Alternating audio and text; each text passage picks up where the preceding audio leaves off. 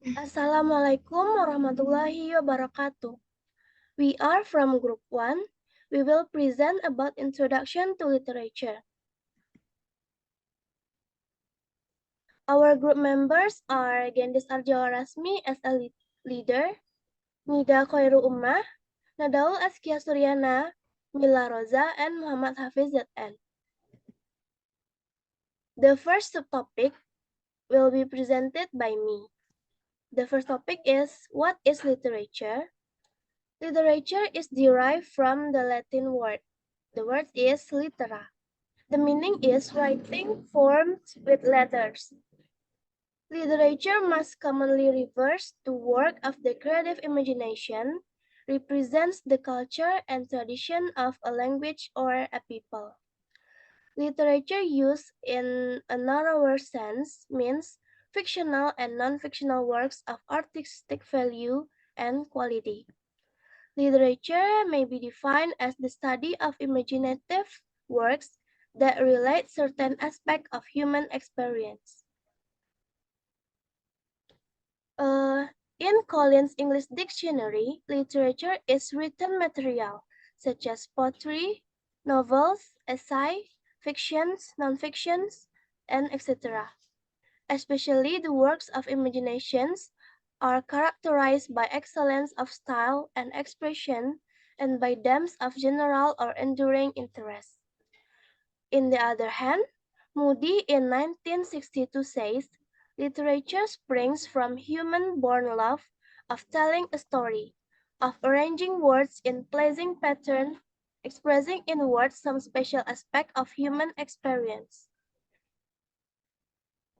Based on three definitions that mentioned above, it can conclude that literature is an expression of thought and feeling. Literature is also related to life experience. The words that used in literature is very powerful, effective, and even compelling.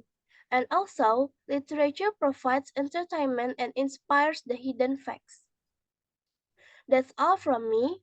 The next subtopic, it's about literary convention and innovation, will be presented by Nida.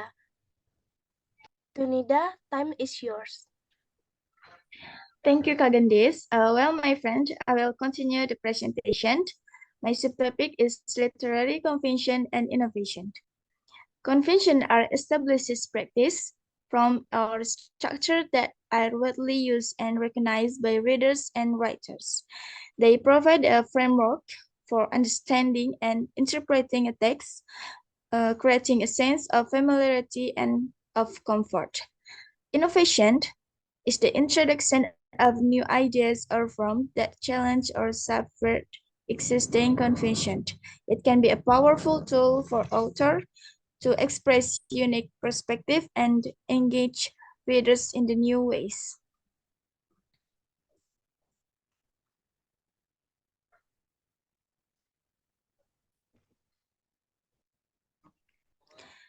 Here are some examples of common literature conventions.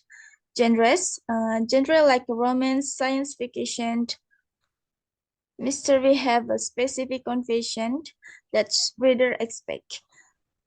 For example, a Roman novel typically follows a boys meet girl, boy loves girl, boy get girls formula, while a science fiction novel might feature advanced technology and space travel. Next, narrative structure. Many stories follow a three-act structure with a beginning, middle, and end. Next, literary device. Literary device like a metaphors, similars, and personification. This structure helps to create a sense of order and progress in the narrative. And here are some examples of literature innovation. Stream of consciousness. This narrative technique attempts to capture the unfiltered flow of thought and experience in the character's mind.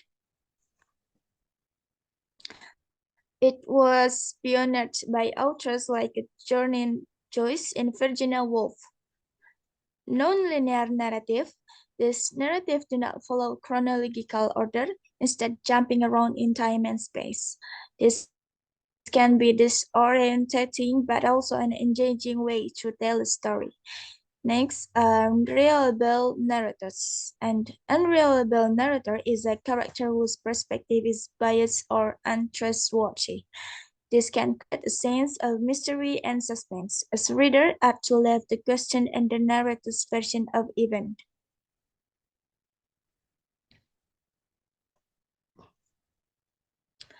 Well, my friends, that's all my material. Next subtopic about what is literature is useful will be presented by Nada. Nada, time is yours. Thank you, Nida. Well, my friends, I will continue the presentation. My next subtopic is literature, is it useful?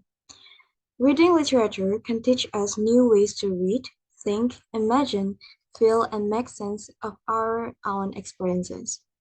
Because we live in this world, of course, we have a lot of experiences. One of them is reading.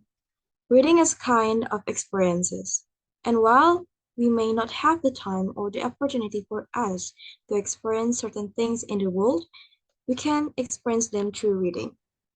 Like when you learn something about another culture or another country, but you not have the opportunity to go there, but you can experience them through reading.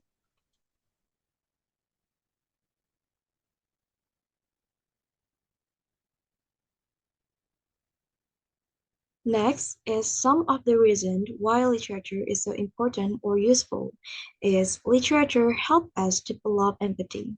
One of the most important benefits of learning literature is that it helps us develop empathy. Empathy is the ability to understand and share the feelings of another person. Like when you make some poetry, you have to feel the emotions and understand the feelings. And because of that, your poetry will be better than before. The last is enhances our understanding of culture. When we read literature, we are exposed to the of different times and places. This exposure can help us to better understand of our own culture and the cultures of others. In conclusion, literature helps us to understand our lives, ourselves, and the world around us. That's all my material. Next up topic about how to read literature will be presented by ZN. Thank you, Nada. And well, friends, now I will present it. The subtopic is how to read literature. Active reading is a crucial skill when it comes to engaging with literature effectively. Here, here's how to read literature actively. Next slide, please. One, set a purpose. Before you start reading, determine why you're reading the text. Are you reading for pleasure, analyze, or to gain insight into a specific theme or topic? Number two, preview the text. Take a few moments to preview the text. Read the title, author's name, and any introductory information. Consider the genre, time period, and cultural context of the work. Number three, annotate. As you read, annotate the text by underlining key passage, jotting down notes in the margin, and highlighting important themes, symbol, and motif. Write down question, reaction, and observation as they occur to you.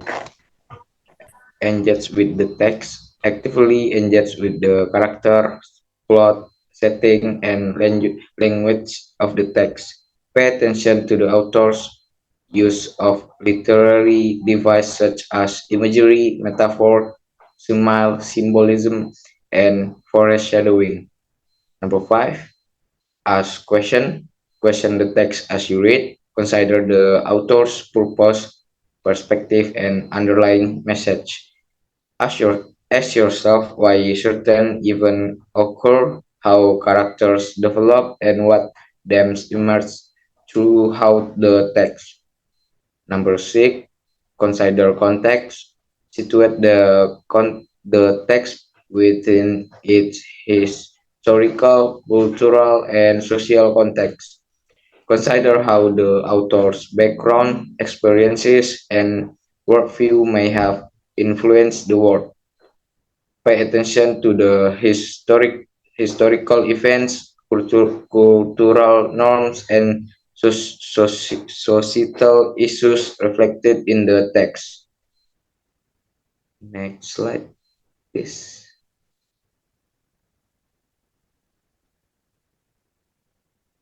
And number 7, identify themes and symbol. Look for recurring themes, symbol, and motif in the text. Consider how these elements contribute to the overall meaning and message of the work.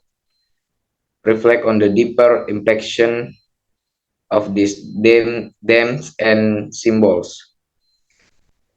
Make connection. Connect the text to your own experiences, other works of literature, and broader themes and ideas. Consider how the text resonates with you personally and how it relates to larger concepts and universal truths. Number 9, reflect and analyze. Reflect on your reading experience and analyze the text critically. Consider different interpretation and perspective, and evaluate the effectiveness and of the author's storytelling techniques. Number 10, discuss and share. Engage in discussion about the text with others, whether in a classroom setting, book club, or online forum. Share your insight, interpretation, and question, and listen to the perspective of others to gain new insight into the text. By practicing active reading techniques, you can deepen you can deepen your understanding of appreciation of literature while developing critical thinking skill that will serve you well beyond the page of a book. Thank you guys. That's all my material. And now the next topic is literary production and literary reproduction will be presented by Mila Rosa.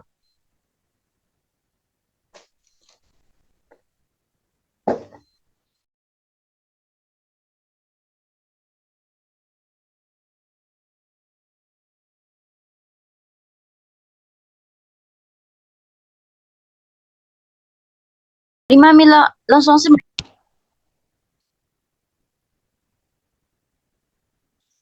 Thank you, ZN. Well, it's my turn to explain the next materials. My subtopic is literary production and reproduction. Literary production and reproduction refers to the creation and dissemination of literary works within various contexts.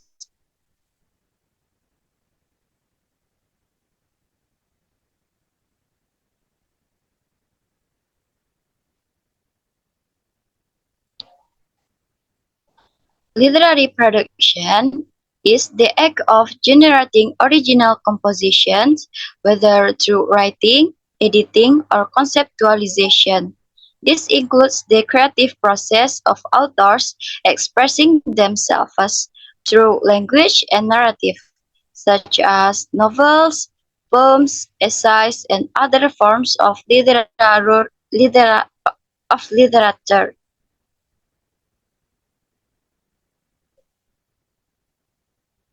Next, literary reproduction. In the other hand, it refers to the repetition, adaptation, or transformation of existing literary works. This can occur through direct quotation, parody, remixing, translation, or adaptation into other media such as films, plays. Reproducing literary works allows for exploration of new perspectives, critiques, and interpretations, often leading to innovative expressions.